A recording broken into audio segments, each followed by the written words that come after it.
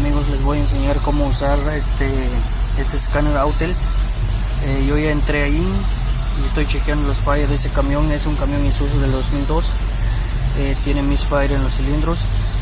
Los códigos que me da aquí, ve, código de problemas. Estamos viendo que está cargando.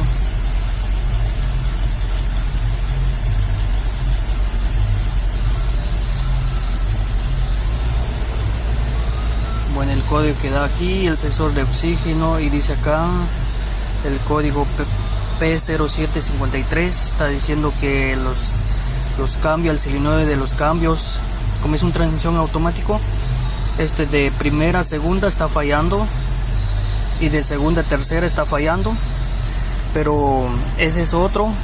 Lo que yo estoy buscando es el problema del motor que está temblando. Si se dan cuenta cómo está temblando, Entonces voy a entrar aquí en datos en vivos para ver cuál cilindro está fallando. Vamos a ver aquí, ve.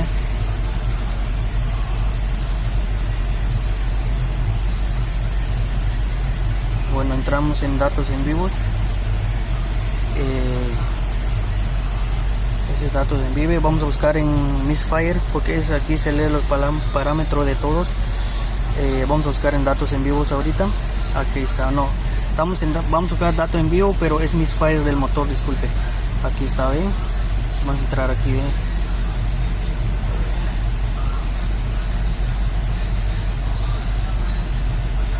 Ok, ahorita nos apareció los cilindros, cuál cilindro está fallando. Tenemos el cilindro 1, 2 y 3 y 4, 5, 6, 7 y 8. Ese es un motor de 8 cilindros. Pues aquí miramos los parámetros. Está fallando el cilindro 3. Vemos aquí el número 3 está fallando, y el cilindro 7, el pistón número 7 está fallando. Bueno, vamos a buscar el problema ahí, qué es lo que tiene, y ahorita ya encontramos que está fallando el cilindro 3 y 7. Pues hay que, porque esos camiones